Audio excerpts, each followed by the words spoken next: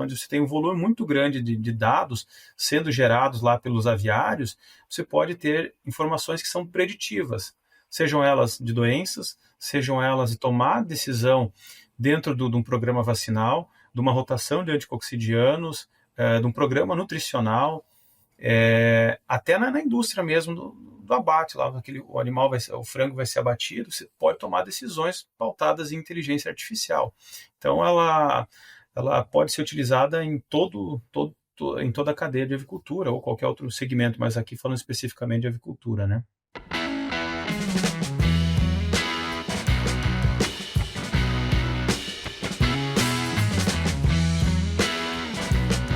Olá, pessoal que nos acompanha. Sejam todos bem-vindos e bem-vindas a mais uma edição do Aviário Podcast. Eu sou Catarina Stefanello, sou a host desse programa. E hoje eu tenho o prazer de conversar com o Gleidson Salles. O Gleidson é médico veterinário com mestrado em zootecnia pela Universidade do Estado de Santa Catarina, é doutor em biotecnologia e ciências pela UFSC e atualmente ele atua como gerente de produto. Então, seja bem-vindo, Gleidson, é um prazer te conhecer, é um prazer receber você aqui no podcast. Obrigada pela sua disponibilidade. Eu já quero começar, assim, pedindo para você contar um pouquinho com o que você trabalha atualmente para nós iniciarmos a nossa conversa. Olá, Catarina. Olá, amigos do podcast O Aviário. Muito feliz em estar aqui para tratar de um tema que lhe traz muito impacto dentro da nossa vida, que pode nos facilitar muito no dia a dia. Bom, dentro da minha curta história de experiência, tenho basicamente 12 anos de avicultura, eu iniciei numa agroindústria, trabalhei por 6 anos nessa agroindústria como veterinário de campo, depois trabalhei com sanidade, e depois ocupei uma função corporativa, né? Essa indústria chama-se Aurora Alimentos, onde tenho muito carinho por essa empresa. Depois desse período de 6 anos, eu migrei para as Zoetis. Atuei em uma função técnica, né, inicialmente no sul do Brasil, depois tive uma expansão de atuação em contas-chave também para a América Latina, e estou atuando há 1 ano e 4 meses na função de gerente de produtos para a linha de avicultura. Na avicultura moderna, cada detalhe faz a diferença. E quando o assunto é incubatório, a Zoetis é a líder global em soluções inovadoras. Com o portfólio mais completo de vacinas para frangos de corte, matrizes, poedeiras e perus, garantimos proteção, desempenho e resultados superiores. Zoetis, inovação e confiança para o futuro da sua produção. O nosso tema central, né, dessa nossa conversa, eu acho que é desafiador para você, mas ao mesmo tempo é um tema que chama bastante atenção e que provavelmente, né, na sua função atual você acaba utilizando muito isso, e eu acho que é um tema interessante para a gente falar um pouco sobre inteligência artificial, né, nessa nossa área em que a gente se depara com muitos dados, né, e que cada vez mais nós temos a oportunidade também de discutir essa ferramenta, né, falando muito dos seus pontos positivos, mas também trazendo reflexões que eu acho que podem ser necessárias. Eu quero pedir, Gleidson, para você começar talvez contextualizando, né, esses grandes ciclos de evolução da indústria que nós tivemos, né, até a chegada da inteligência artificial. Bom, Catarina, aqui a gente tem grandes marcos de evolução da indústria no contexto geral, né? Mas antes de a gente mergulhar nessas 5 grandes etapas, é importante, quando a gente fala em inteligência artificial, algumas pessoas ainda torcem o nariz, enfrentam algumas dificuldades, né, no entendimento que a inteligência artificial pode roubar a atuação do ser humano, enfim, né?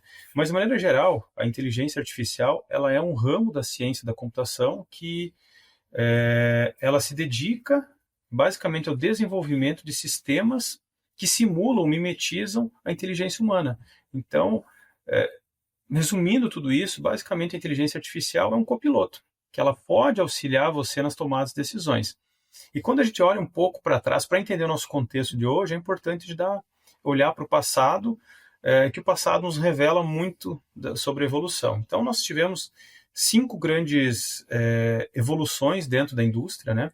A primeira delas, quando a gente olha para a linha do tempo, aconteceu no século XVIII, né? Então a gente fala um pouco da indústria 1.0, onde nós tivemos o início da mecanização, utilização da energia hidráulica e vapor.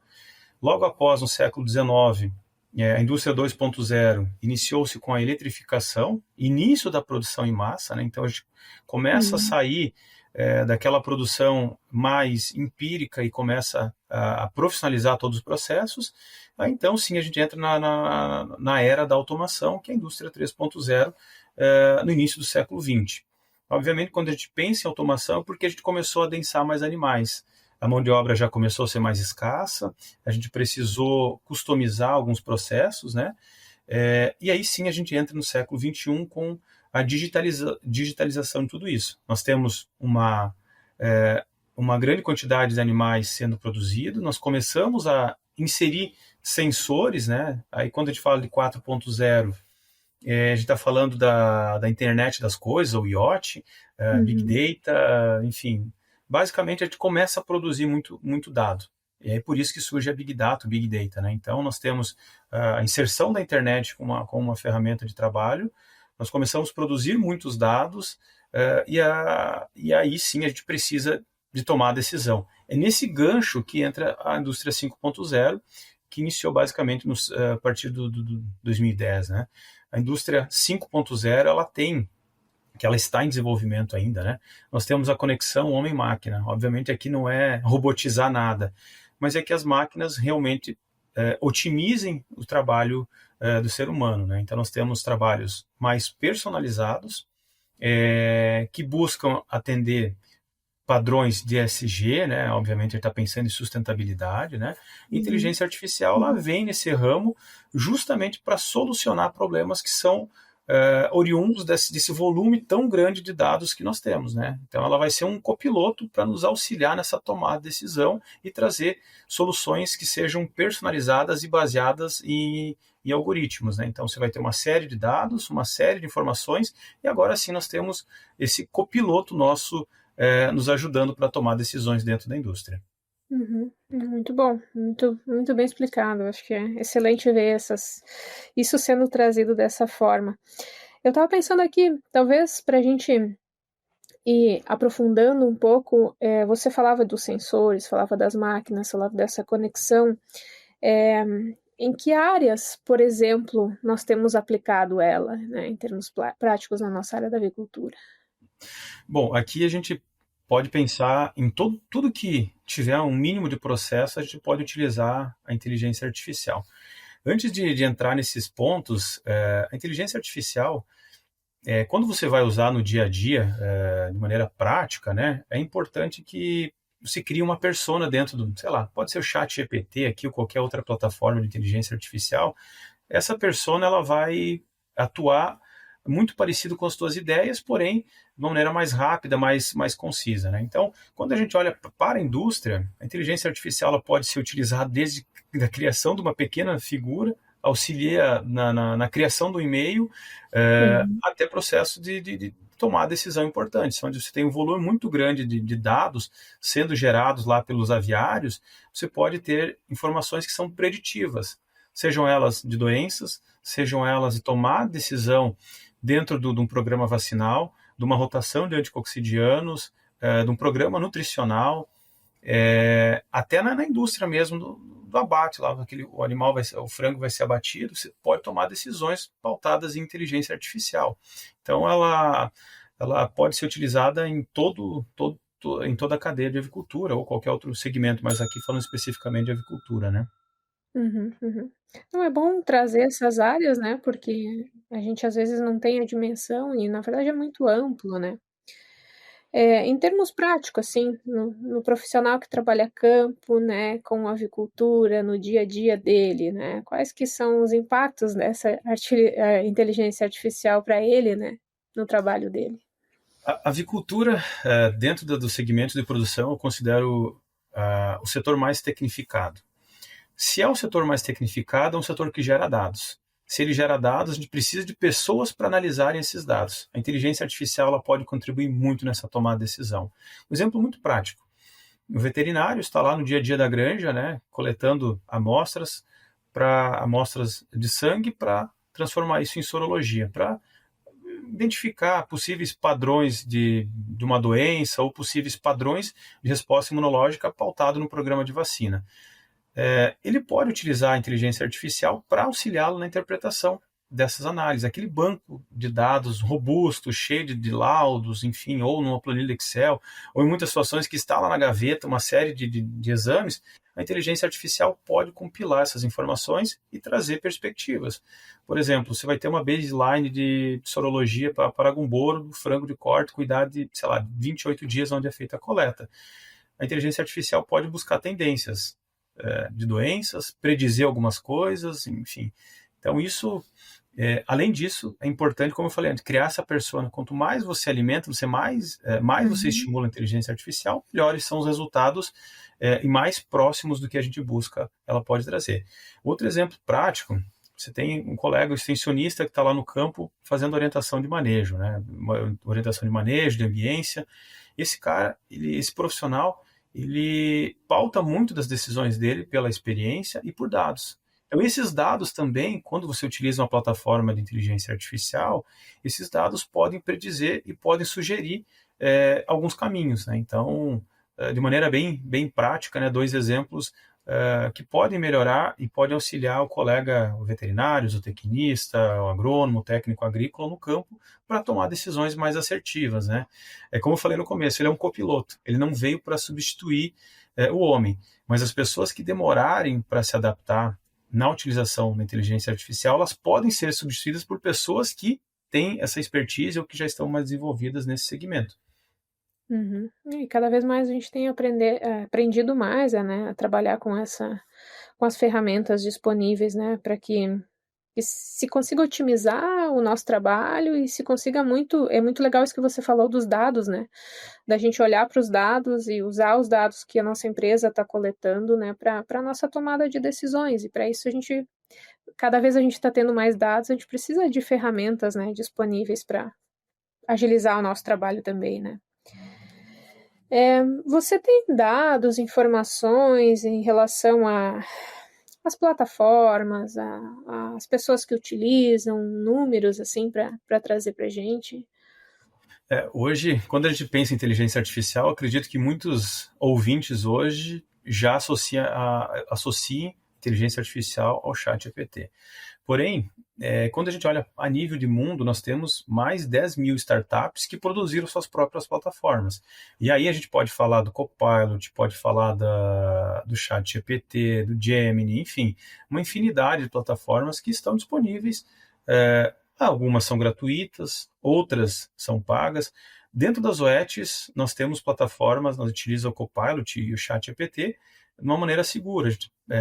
Essas plataformas são pagas, então, só trazendo um exemplo aqui das OETs, ela acaba estimulando que todos os colaboradores utilizem de maneira eficiente essas plataformas, né, para que, obviamente, possam aproveitar da melhor maneira, né.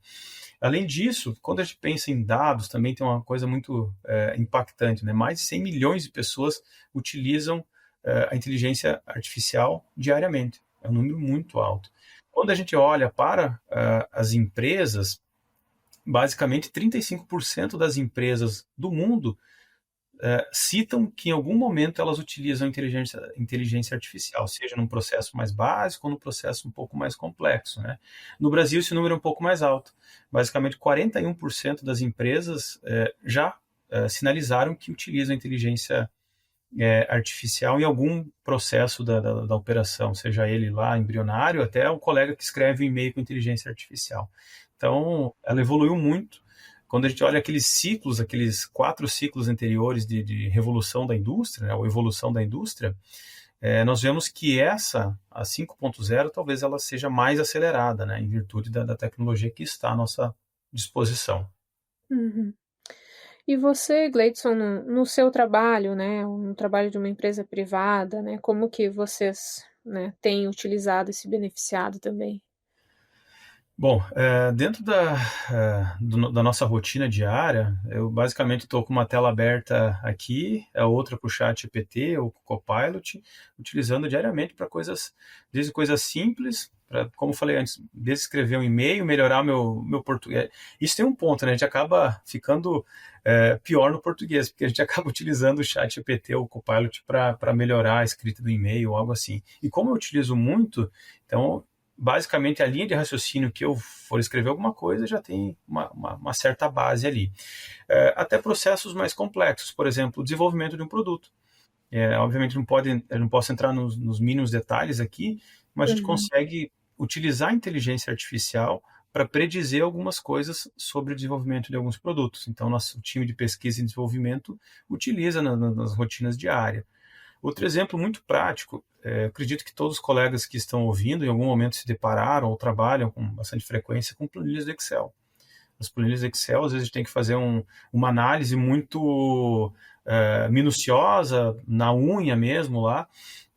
A gente pode utilizar a inteligência artificial, desde que seja uma base segura de inteligência artificial. Você pode utilizar como a plataforma para extrair algumas informações. Por exemplo, eu quero ver, sei lá, uma planilha de dados zootécnicos, quero entender qual granja tem a melhor conversão na idade X. Pode cruzar informações.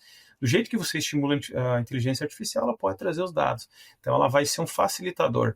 Em vez de você ficar perdendo 1, 2, 3 horas analisando um processo, você consegue, através da inteligência artificial, otimizar seu tempo em questão de segundos, 1 minuto. Você tem uma informação precisa que pode trazer base para você tomar uma decisão. Sim, encontrar informações repetidas, por exemplo, ajuda muito. Já usei para encontrar, em um grupo de dados muito grande. Você falava das versões, né? Eu queria te perguntar se uma versão gratuita já atende às demandas ou se é interessante que eu busque uma versão um pouco melhor, assim, para conseguir fazer o meu trabalho. As versões gratuitas, eu acredito que seja importante a utilização de não utilizar dados confidenciais das empresas, né? Mas para fazer um onboarding mesmo, né? Para entender como a ferramenta funciona, porque ela tem alguns limitadores de tempo que você pode utilizar. Enfim, ela tem limitadores também até onde ela pode fazer algumas análises, mas para um modo assim mais inicial, eu acredito que ela atenda super bem. Então, até indico, né, as pessoas utilizarem isso para aí depois sim partir para um módulo pago, né, que, enfim, investir desde que tenha um retorno, né. Então, nesse sentido, é importante que as pessoas façam esse onboarding numa versão gratuita para entender mesmo e se adaptar a essa tecnologia. Uhum. Eu queria aproveitar, né? A gente sempre fala muito aqui no podcast que o nosso público é muito diverso, né? Então, eu acho que eu quero tentar aprofundar um pouco mais justamente a questão da agroindústria, da cooperativa, do profissional que trabalha lá, como que ele pode se beneficiar, assim, exemplos práticos desse benefício que pode vir e que pode ser realmente interessante utilizar a inteligência artificial. Bom, hoje, quando a gente olha para as agroindústrias, nós conseguimos ver que tem diferentes contextos. Tem indústrias que já estão mais avançadas a níveis tecnológicos, outras estão implementando, por exemplo, um Power BI, outras fazem muito na mão ainda, avaliação. Vou citar um exemplo bem prático. Avaliação de acertos de lote, né? Um colega extensionista, na região dele, vai bater 10 lotes, 5 lotes naquele dia. Ou 10 lotes na semana. Ele pode, através da inteligência artificial, buscar estratificar desses 10 lotes qual teve a melhor performance em conversão, fazer uma comparação, correlacionar com calo de pata, correlacionar com condena, enfim, buscar uma série de informação que tem ali e aí trazer de uma maneira mais simples, resumida, né? Em vez de ele ficar, claro, ele vai olhar os lotes, né? Até ele gerar essa confiança, mas a partir do momento que se estabelece esse modus operandi, ele pode estratificar a verificação dos lotes, né? Enfim, desses indicadores, né? Esse é um dos exemplos. Outro ponto, né? Por exemplo, ele vai escrever um documento que vai ser uma carta de orientação para os integrados. Então, ele pode estimular através dos prompts para a inteligência artificial para que aquela carta seja melhor escrita, que aborde todos os pontos, enfim. Então, são vários exemplos assim simples que podem facilitar um pouco esse dia a dia, né? A inteligência artificial é isso, né? Ela vai ser um facilitador, uma enzima que vai facilitar um processo aí. Então, é basicamente esse é o grande exemplo, né, que a gente pode seguir. Uhum. Certamente a gente pensa lá na nossa trajetória, né, na indústria, como que a gente poderia também ter facilitado a nossa vida caso já estivesse utilizando esse tipo de ferramenta, né? Gleison, você trouxe várias informações, acho que nós temos acompanhado bastante, né, críticas, vantagens, né, quanto ao uso da inteligência artificial, e aqui falando especificamente em avicultura. Quais que você pensa que são os desafios, né, ou então pensando no futuro, né, o que vem por aí, que desafio que a gente tem agora? Bom, gostaria só de fazer uma ressalva em relação à inteligência artificial. Toda a tecnologia, a gente sempre tenta olhar o copo meio cheio, né, que são as características benéficas que aquele processo ou aquela melhoria pode nos trazer. Mas nós temos que ter um pouco de atenção, principalmente com a transmissão de informações, né, informações confidenciais, uma plataforma que não seja segura, não seja rastreável, que não seja... Enfim, então esse cuidado é um dos pontos, né? Outro ponto, a gente não pode deixar nosso cérebro ser tão preguiçoso ao ponto de achar que só a inteligência artificial vai salvar a vida. Os colegas que estão fazendo mestrado, doutorado, enfim, ou MBA, que eles tenham muito cuidado, porque a inteligência artificial, ela se baseia numa série de informações que estão disponíveis, então não imagine que você vai dar um Ctrl+C, Ctrl+V da inteligência artificial para montar um trabalho, montar uma tese ou uma dissertação, que isso está tudo resolvido. Agora, quando a gente olha para um cenário, para um futuro não tão distante, é a capacidade de se adaptar. Quanto mais cedo as pessoas se apropriarem dessas ferramentas, maiores serão os benefícios. É uma conexão muito implícita dentro do nosso processo quando a gente olha para incubatórios. Por exemplo, hoje nós temos os incubatórios partindo para automação. Nós temos vacinação em ovo e 84% dos incubatórios do Brasil são vacinação em ovo. E quando a gente olha os incubatórios novos, eles estão partindo para automação. Agora, a inteligência artificial ela pode predizer muitas coisas, porque são gerados muitos dados lá, né? Então, a gente tem um caminhão de dados sendo gerados, tem analistas trabalhando, e aqui não é fazer com que o analista não exista mais, é com que ele otimize o seu tempo e possa, baseado na conexão entre automação e inteligência artificial, poder extrair o melhor desses dois mundos, né? Então, citando um exemplo aqui em relação aos incubatórios, né? Nas granjas também, automação, a gente vê o Brasil evoluindo muito no sentido de climatizar os galpões, de aumentar o número de sensores, melhorar a qualidade dos painéis de controle. Tudo isso vai gerar dado. Então, a inteligência artificial ela vai conectar tudo isso, vai pegar aquele caminhão de dados e vai predizer algumas coisas, vai sugerir outras, vai dar tendências para outras. Então, a capacidade interpretativa de tomar decisão vai ser sempre humana. A inteligência artificial ela vai contribuir para que a gente tenha mais base para tomar essas decisões. No frigorífico mesmo, também você tem um abatedouro lá, com muitos dados sendo gerados, muito parecido com a granja. Então, ela vai predizer níveis de condenas, tendências de condenas em determinado momento, embora já tenha isso em alguns momentos, mas ela pode ser muito mais rápida, ela pode ser mais sensível e predizer e informar as pessoas que tomam decisões, né? Assim, de uma maneira mais prática. Sim, nós temos coletado muito mais dados em tempo real, né? Acho que isso são estratégias, né, que aumentaram muito nos últimos anos, e eu sempre falo assim, eu não posso querer que a inteligência artificial ela faça o trabalho para mim, né? Ela vem para me ajudar, porque se a gente deixar livre, eu às vezes vou testando, né, inteligência artificial, brincando com ela, e ela tem capacidade de criar coisas que não são reais também, né?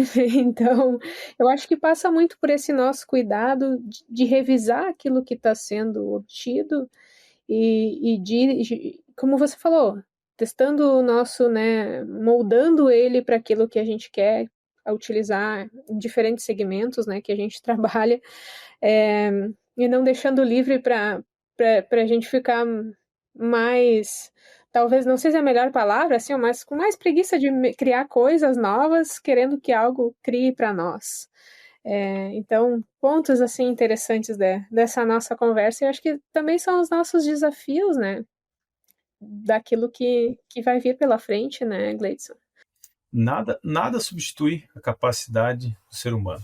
Por melhor que sejam as plataformas de inteligência artificial, quando a gente olha uma tendência de todas as empresas utilizarem, né, a gente falamos do indicador de 35% das empresas utilizam no mundo a inteligência artificial, nos próximos 2-3 anos, talvez 100% delas utilizem. Mas nada nesse mundo vai ser mais importante que a sensibilidade humana, que a capacidade de tomar decisão humana, que as relações humanas, isso nada pode ser substituído, né? Então, seja na avicultura, seja no meio acadêmico ou qualquer outro segmento, a sensibilidade humana, ela sempre vai prevalecer sobre qualquer tomada de decisão, sobre qualquer coisa, né? É só um suporte, né? É um copiloto. E aí tem alguns, até memes na internet, a gente vê muito, né, que o meu melhor amigo hoje se tornou o ChatGPT, né? Porque qualquer dúvida que eu tenho, antes era o Google, né? Agora eu vou no ChatGPT e pergunto, tem previsão do tempo, qual as perspectivas da avicultura para os próximos 5 anos, enfim. Ele vai referenciando, mas tem muitos erros ainda, tem muita coisa que precisa ser melhorada. E aí entra o ser humano, né, para dizer, opa, peraí, isso não está certo, isso aqui não faz sentido, ou isso faz, né? Então, existe uma certa uma curva de aprendizado, né, dessa ferramenta, mas o ser humano é o central de tudo isso, né, que vai comandar tudo isso. Uhum. Excelente, muito bom. Eu quero, quando a gente chega no final dos episódios, a gente gosta de fazer uma pergunta padrão, assim, né, para ver a opinião das pessoas também sobre as características, né, de um profissional de sucesso. Você, né, com a sua trajetória em diferentes empresas, o que você acha, na sua opinião, Gleidson, que uma pessoa precisa ter para ser um bom profissional na avicultura? Nossa, é uma pergunta, embora simples, mas ela tem uma complexidade muito grande para responder. Primeiro de tudo, a gente estar num ambiente que a gente se sinta bem. Esse talvez seja um grande ponto, né? E a nossa carreira, ela nunca pode ser pautada ou comparada com Steve Jobs, talvez elas sirvam, essas figuras elas sirvam de exemplo. Mas a comparação ela tem que ser interna. A gente tem que sempre lembrar da origem, de onde a gente veio e aonde a gente quer chegar. Então a comparação, para ser justa, ela tem que ser com a gente mesmo, né? Então hoje as empresas esperam dos profissionais com coisas básicas, profissionais que sejam comprometidos, que busquem resolver problemas, né, e não só trazer problemas, sejam pessoas resolutivas, que tenham uma inquietude, né, com as situações, né, mas acima de tudo, que busquem conhecimento, né, pessoas que possam agregar através do conhecimento, né. Então, acredito que o profissional, somando essas características, ele vai ser um profissional que vai ter sucesso na sua carreira, na sua profissão, né? E aí obviamente a gente olha um pouquinho para a indústria. Nós temos hoje um fato histórico, 5 gerações trabalhando dentro de uma mesma companhia, dentro do mesmo ambiente de trabalho. Talvez a maior virtude seja a capacidade de se adaptar a tudo isso, né? As evoluções da inteligência artificial é um dos pontos, né? Eu trouxe 5 grandes marcos de evolução da indústria. A inteligência artificial é só mais um, mas a capacidade de se relacionar com diferentes gerações, entender que cada pessoa tem sua velocidade, enfim, e nunca esquecer de onde nós viemos, acredito que são componentes importantes para o profissional ser feliz acima de tudo, né? Muito bom. Bom, Gleidson, obrigada mais uma vez por essa conversa agradável que a gente teve, por todas as informações, por estar disponível. Quero te deixar um espaço para mandar uma mensagem final para quem nos acompanhou até agora. Bom, primeiro eu agradeço, Catarina, o espaço, o podcast O Aviário. Os podcasts eles vieram para contribuir muito através da disseminação de conhecimento, mas para aquele colega que está lá no campo, visitando granja, ele é um companheiro, ele é um amigo que está do lado. Então, em alguns momentos, a gente se torna um amigo, as pessoas se tornam próximos por ter escutado vocês, enfim. Então, a plataforma ajuda muito, né?